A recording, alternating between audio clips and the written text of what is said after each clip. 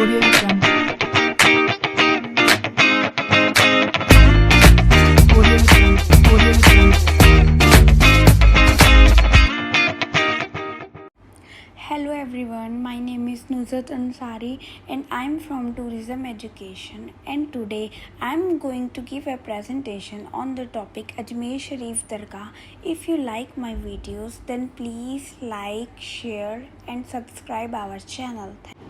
Introduction of Ajmer Sharif Dargah. Ajmer is the fifth largest city in the Indian state of Rajasthan. जो अजमेर शरीफ है वो पांचवा सबसे बड़ा शहर है इंडियन स्टेट में राजस्थान का, and it is the centre of the eponymous Ajmer district, और अजमेर डिस्ट्रिक्ट के अंदर ही अजमेर आता है. अकॉर्डिंग टू दी 2011 सेंसस, 2011 के हिसाब से अजमेर की पॉपुलेशन करीब 25,83,052 लोग थे, जिनमें रूरल पॉपुलेशन जो गांव के लोग थे अराउंड 15,47,600 लोग थे. Ajmer is surrounded by Aravalli mountains.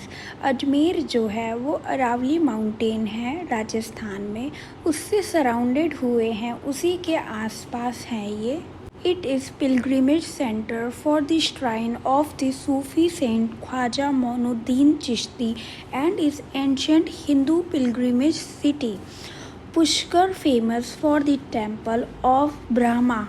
जो अजमेर शरीफ है ये बहुत ही पिलग्रिमेज सेंटर है, क्योंकि वहाँ पे सूफ़ी सेंट जो थे ख्वाजा मोइनुद्दीन चिश्ती का जो दरगाह है, और साथ ही साथ ये हिंदू लोगों के लिए भी एक होली प्लेसेस माना जाता है, कि वहाँ पे ब्रह्मा का पुष्कर टेम्पल है, और ब्रह्मा हमारे एक तरीके के भगवान होते हैं, और ये उनका टेम्पल है, और वहाँ काफ़ी ज़्यादा ये फेमस है temple. The Ajmer Dargah is recommended for the people of all age group as it provide ultimate peace and solitude. और जो अजमेर शरीफ दरगाह है, कहने का मतलब है यहाँ हर तरह के लोग आते हैं और हर एज ग्रुप के लोग यहाँ आते हैं, और चाहे कोई भी यहाँ पर आ जाए अजमेर शरीफ दरगाह में, यहाँ लोगों को काफ़ी ज़्यादा शांति और एक मन को सुकून मिलता है यहाँ आके. Climate of Ajmer Sharif Dargah. The climate of Ajmer is semi-arid with above 55 centimeter of rain occurring annually. जो अजमेर शरीफ है वहाँ पे बहुत ही ज़्यादा बारिश नहीं होती है, वहाँ पे बहुत ही कम, मिनिमम बहुत ही ज़्यादा कम बारिश होती है, और वहाँ पे सिर्फ 55 सेंटीमीटर रेन होती है annually. And most of the rainfall in Ajmer occurs during the months of June and September, which are basically the monsoon month in Ajmer.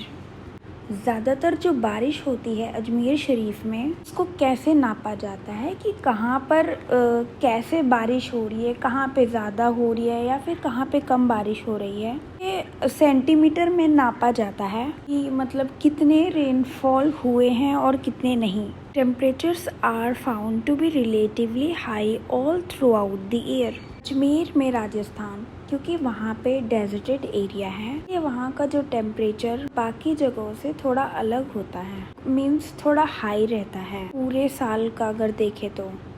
The daily temperatures is measured to be 300 Celsius in this summer month from April to July. और दिल्ली का जो temperature वहाँ का रहता है around 30 degree Celsius रहता है from April to July. Second point, the average temperature during the winter month from November to Feb is 15 degree Celsius to 18 degree Celsius. ठंड के दौरान जो वहाँ के temperatures होते हैं वो 15 डिग्री to 18 डिग्री Celsius होते हैं.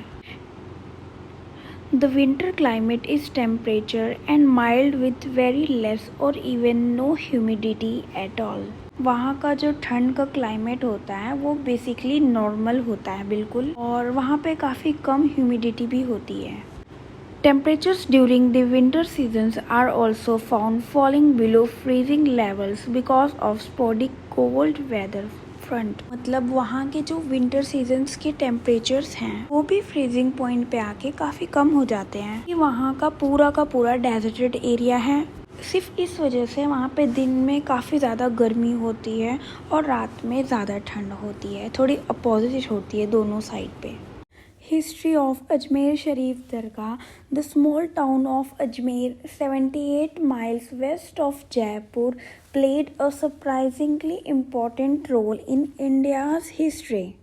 मतलब जो अजमेर की हिस्ट्री है वो काफ़ी ज़्यादा इम्पॉर्टेंट है इंडिया के लोगों के लिए, क्योंकि इंडिया के लिए जो छोटा सा अजमेर शरीफ है 78 माइल्स जयपुर के 78 किलोमीटर पश्चिम की तरफ पड़ता है।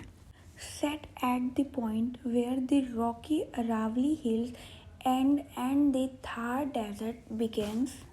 This was originally the stronghold of the powerful Han dynasty of Jaipur, who built India's first ever hill fort here in the 7th century. Taragarh, whose ruins you can still see today. मतलब कि ये India की history में बहुत ही महत्वपूर्ण योगदान देते हैं। मतलब अजमेर शरीफ जो है ये अरावली हिल्स यहाँ पे ख़त्म होती है और यहाँ पे थार डेजर्ट जो रेगिस्तान है वो स्टार्ट होती है, वो शुरू होती है अजमेर में, मतलब अजमेर शरीफ से। और जो राजपूत थे चौहान डायनेस्टी के, अजमेर शरीफ पे उनका काफ़ी स्ट्रॉन्ग होल्ड था। मतलब उन्होंने यहाँ पे राज किया हुआ था, जो चौहान थे, राजपूत थे, और उन्होंने ही यहाँ 7th सेंचुरी में इंडिया की फर्स्ट फोर्ट किला बनवाई थी। और इस अरावली हिल के पहाड़ी पर जिसका नेम था तारागढ़, और आज भी जब आप पीर शरीफ दरगाह जाओगे तो आपको यह तारागढ़ का कुछ बचा कुचा हिस्सा देखने को मिलेगा, क्योंकि काफ़ी चीज़ें ख़राब हो गई है वहाँ, तो कुछ भी जो बचे कुचे जो फेमस उनके जो तारागढ़ के जो हैं वो अभी भी देखने लायक है, आप वहाँ विजिट कर सकते हो।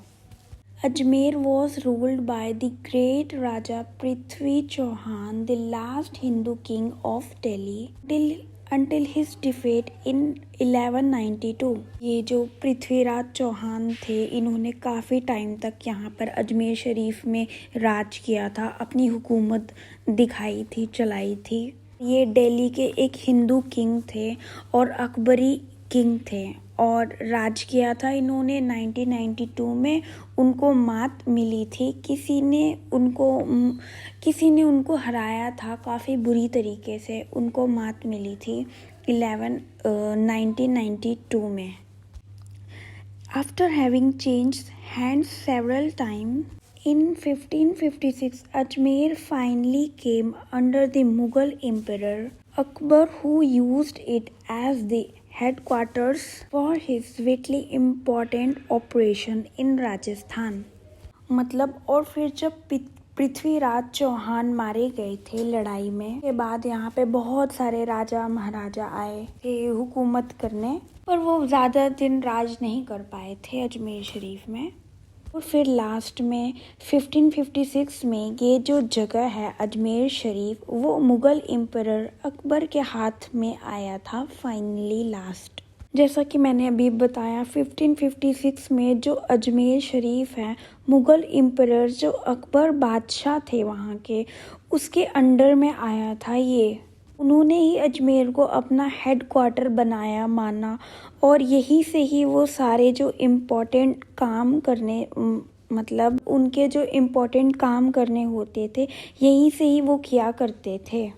It was here a generation later that the first British ambassador Sir Thomas Roy had an historic meeting with Emperor Jahangir in 1650, and it was here a century later that the critical battle between the Mughals crown Prince Dara Sukhu as the usurper was fought, later Emperor Aurangzeb took place। और फिर जब करीब 10 साल बाद जो first British ambassador थे उनका नाम था सर थॉमस रॉय, और फिर उन्होंने सबसे पहले एक हिस्टोरिकल मीटिंग की थी जहांगीर से 1650 में इसके लिए आए। Attractions of Ajmer Sharif Dargah. First attraction, Khwaja Banda Nawaz Dargah, a Sufi saint who reportedly lived in Gulbarg from 1407 to 1422 AD. Khwaja Banda Nawaz is revered by Muslims as well as peoples of other faiths. मतलब ये एक Sufi saint थे। ये गुलबर्ग में रहे from 1407 to 1422, जिनका नाम था ख्वाजा बंदा नवाज़, और ये मुस्लिम्स में काफ़ी ज़्यादा पॉपुलर थे, काफ़ी ज़्यादा मशहूर थे ये, और अदर रीजन में भी काफ़ी ज़्यादा ये पॉपुलर थे। It is reported that Khwaja Banda Nawaz came to Gulbarga and stayed for more than 15 year. मतलब और ये भी कहा जाता है कि ख्वाजा मोइनुद्दीन चिश्ती गुलबर्ग में आए और 15 दिन से भी ज़्यादा यहाँ पर रहे। And the construction of Dargah was started and it was completed during the period of Ahmad Shah Walia 1422/36 AD. The construction of Dargah took nearly 7 years, and in the Dargah complex are some big and small tombs which look like architectural jewels of Bahamian period. मतलब जो दरगाह की इमारतें हैं और जब construction start हुई थी अहमद शाह वालिया के दौर में, जो कि 1422 से लेकर 36 AD तक ही रहे थे वो। मतलब जो दरगाह की कंस्ट्रक्शन हुई है वो ऑलमोस्ट 7 साल में पूरा दरगाह बना दिया गया था उस टाइम पे। उस दरगाह में छोटे और बड़े टूम्स भी बने हुए हैं जो बिल्कुल बहामनी पीरियड के बिल्कुल आर्किटेक्चरल ज्वेल्स की तरह लगते हैं, और काफ़ी अच्छे टूम्स बनाए गए हैं जो कि हीरे मोती से जड़े हुए हैं। The walls of these dargah are decorated with sentences of Quran painted in golden color. The painting on its walls and domes are in Turkish and Iranian style. मतलब जो दीवार पे जो पेंटिंग हुई है वो टर्किशियन और ईरानियन स्टाइल में की गई है। The saint corporeal remains are preserved in the दरगाह। मतलब जो ख्वाजा मोइनुद्दीन चिश्ती की लाश है अभी भी उस दरगाह में रखी गई है। In the library located nearby there are about 10,000 books on history, philosophy and religions etc. in Urdu, Persian and Arabic languages. और उस दरगाह के आसपास एक लाइब्रेरी भी है जिसमें करीब 10,000 से भी ज़्यादा बुक्स हिस्ट्री पे, फिलॉसफी पे, रिलीजन पे काफ़ी, मतलब वहाँ पे काफ़ी सारे लैंग्वेजेस में लिखे हुए हैं, जैसे उर्दू, अरेबिक, पर्शियन languages हैं। And besides there are a mosque and a college established in 1687 by Mughal Emperor Aurangzeb, on whose name is the famous Aurangzeb Gate established. मतलब वहाँ पे एक मस्जिद भी है, मतलब मस्जिद भी है और एक कॉलेज भी है, जो कि ये दोनों स्टैब्लिश हुए थे 1687 में, जो कि औरंगज़ेब ने करवाया था और अब तक वहाँ पे एक औरंगज़ेब के नाम से एक गेट भी स्टैब्लिश्ड हो गई है। The annual Urs held every year in memory of the saint on the 15th of the Zakic month draws lakhs of devotees from all over the world. मतलब और हर साल ख्वाजा मोइनुद्दीन चिश्ती जो हैं उनका उर्स मनाया जाता है। उर्स मतलब किसी डेथ एनिवर्सरी कहते हैं, मतलब जिसको डेथ एनिवर्सरी कहते हैं उसको बोलते हैं, इसलिए हर साल उर्स होती है। और जो ज़ाकी महीना होता है इस्लामिक कैलेंडर के हिसाब से अगर हम देखें तो उसमें 5वें तारीख के जाकित महीने में होता है और करीब इंडिया के हर पार्ट से लाखों लोग आते हैं वहाँ पे दर्शन देने और जियारत करने भी काफ़ी लोग आते हैं। बहुत मशहूर है। Interesting facts about Ajmer Sharif Dargah. First point, when Hazrat Khwaja Mainuddin Chishti was ruling the place, जब ख्वाजा मैनुद्दीन चिश्ती वहाँ आए और फिर वहाँ उन्होंने राज किया, जब वो राज कर रहे थे, dargah was the main source of water. Ajmer Sharif का जो दरगाह है वो मेन सोर्स था पानी का। One of the monuments inside the dargah known as the Jahalra. Second point, out of all the residents, Muhammad bin Tughlaq was the first person to visit the prestigious Dargah Sharif of the Hazrat Khwaja Mainuddin Chishti, Ajmer in the year 1332. मतलब हर resident out of all the resident मतलब हर resident छोड़ के सबसे पहले मोहम्मद बिन तुगलक ने ही उस अजमेर शरीफ दरगाह जो कि हज़रत ख्वाजा मैनुद्दीन चिश्ती जी की है, उन्होंने ही विज़िट किया था और उन्होंने ही देखा था 1932 एडी में। अभी मैंने आप सबको बताया था अजमेर शरीफ की बेसिक चीज़ों के बारे में।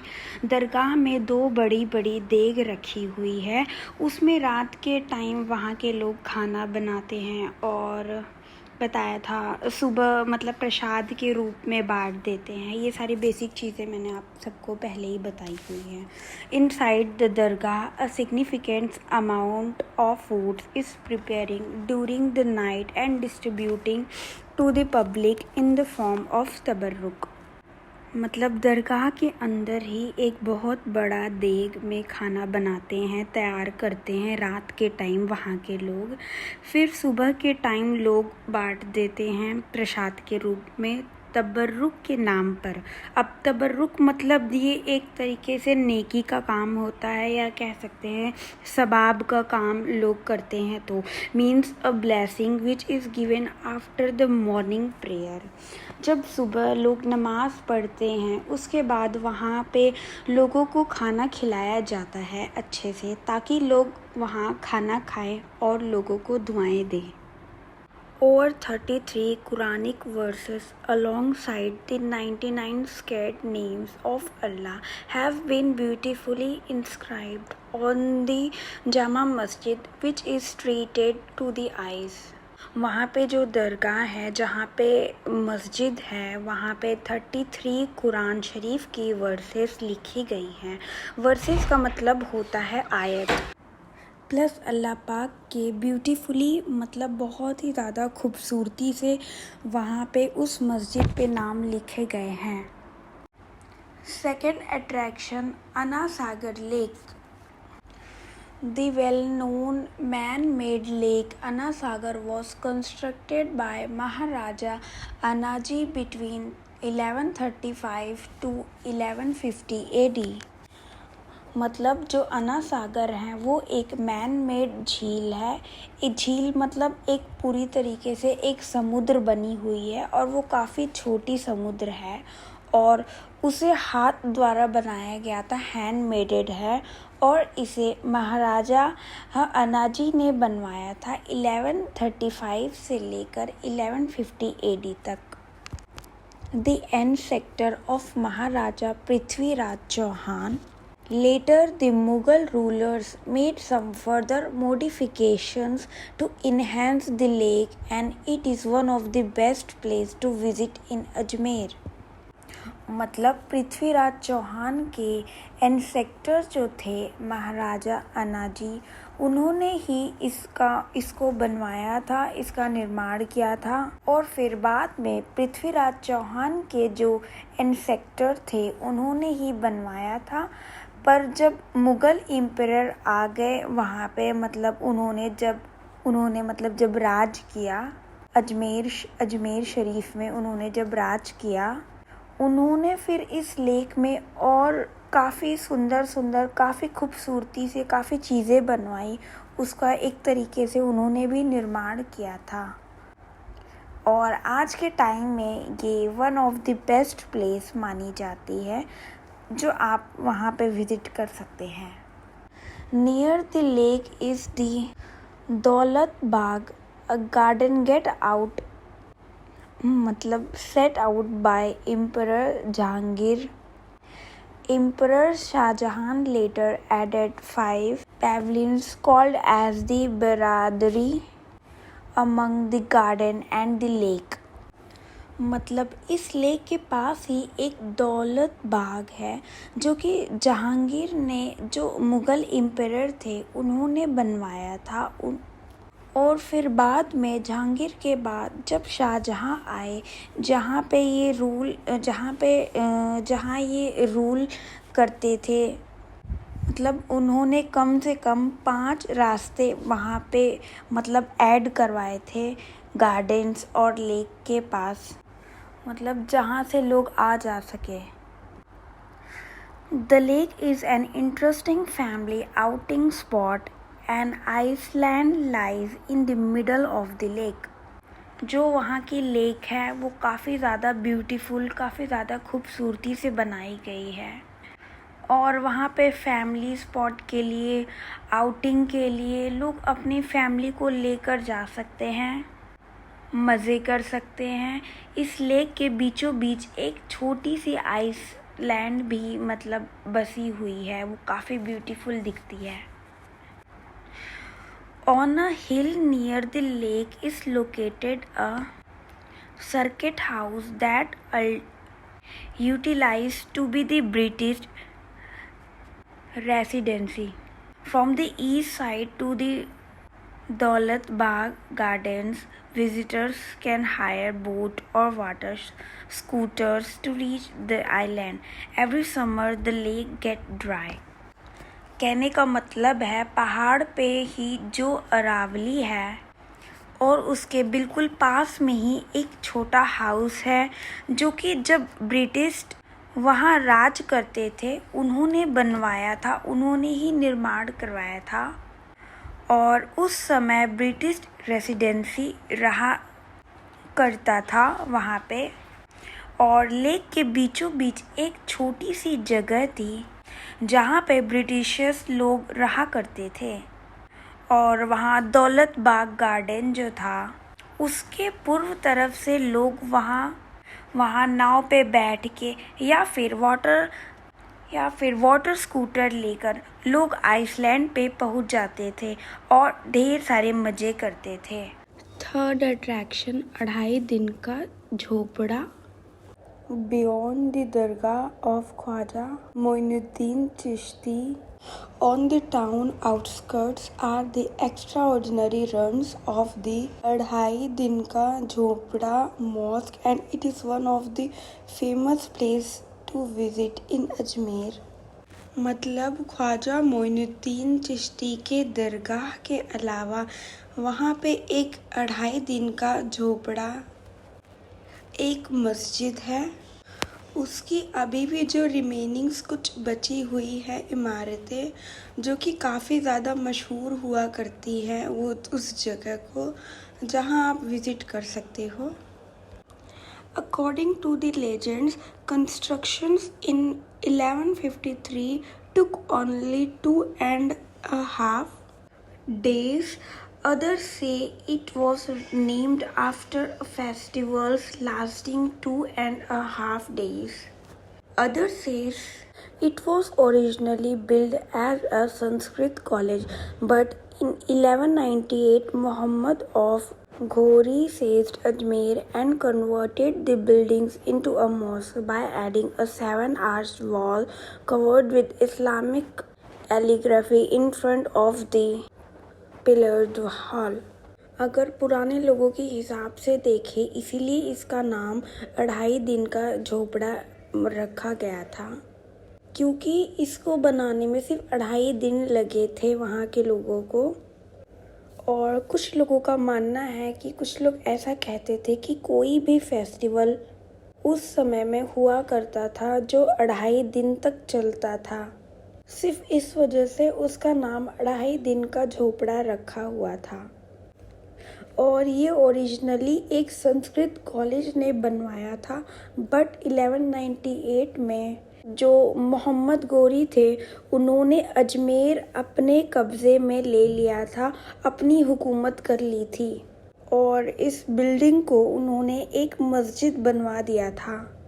और उस बिल्डिंग के अंदर अंदर मस्जिद के काफ़ी इस्लामिक कॉलीग्राफी भी होती है, मतलब जो आर्किटेक्चर्स होते हैं इस्लाम से रिलेटेड वो सब सारी की सारी कारीगरी उसके हॉल में पिलर्स वगैरह पे इस्लामिक कैलीग्राफी करवाई है और उस बिल्डिंग को मॉस्क्यू में कन्वर्ट करवा दिया गया।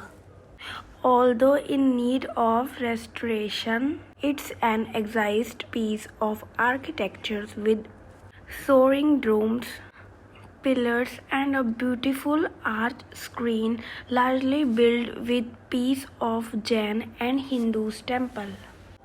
मतलब वहाँ के जो टेम्पल्स हैं वो काफ़ी ज़्यादा पुराने हो चुके हैं और काफ़ी ज़्यादा ख़राब हो चुके हैं कि इसे रिस्टोरेशन की ज़रूरत है इस 2.5 दिन के झोपड़े को।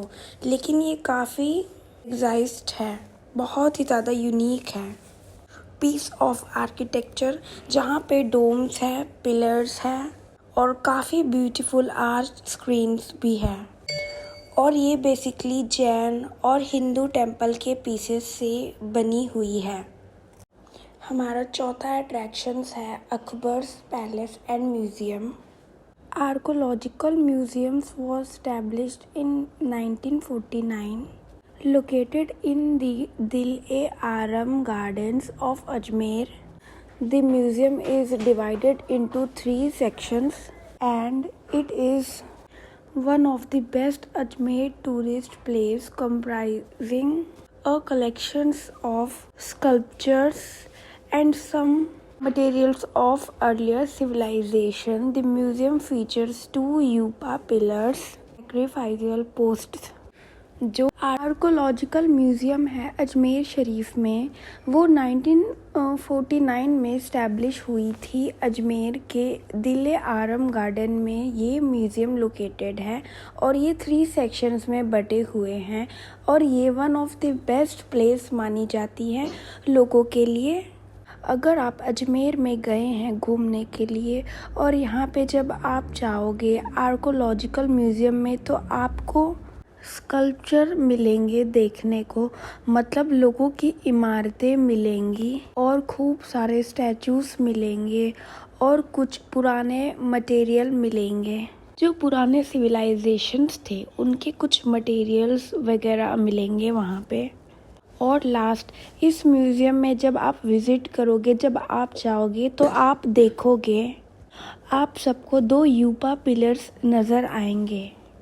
These are adorned with inscriptions from Barnala as well as Prathihara sculptures of the 8th century and terracotta belonging to early historical periods.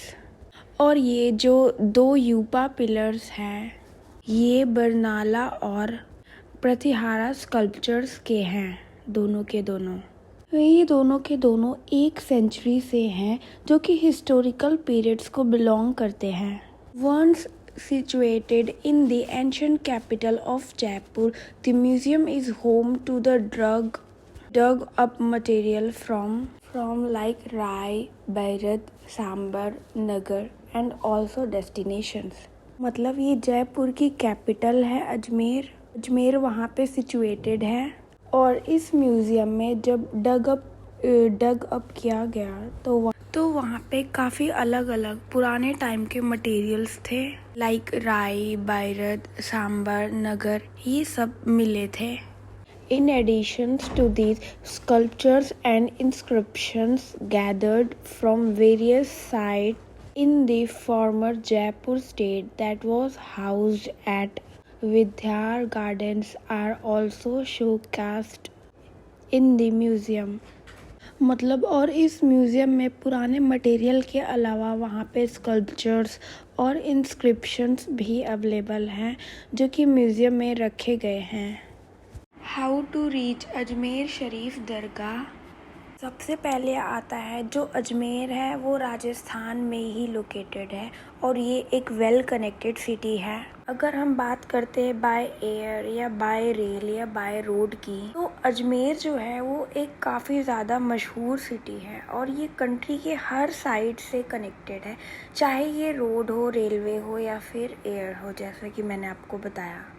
If you want to visit the dargah या Ajmer Sharif by air, The Jaipur airport is the closest to the city of Ajmer. जो जयपुर का airport है वो सबसे closest है अजमेर शरीफ के। From the airport you can either higher a taxi और take अ बस to reach the Ajmer Sharif दरगाह। और अगर आप बाय एयर जाना चाहते हो तो आप जयपुर एयरपोर्ट उतरे और फिर वहाँ आप कोई टैक्सी हायर कर सकते हैं या फिर आप बस में भी बैठकर जा सकते हो। आप इजीली अजमेर शरीफ दरगाह जा सकते हो बड़े ही आसानी से।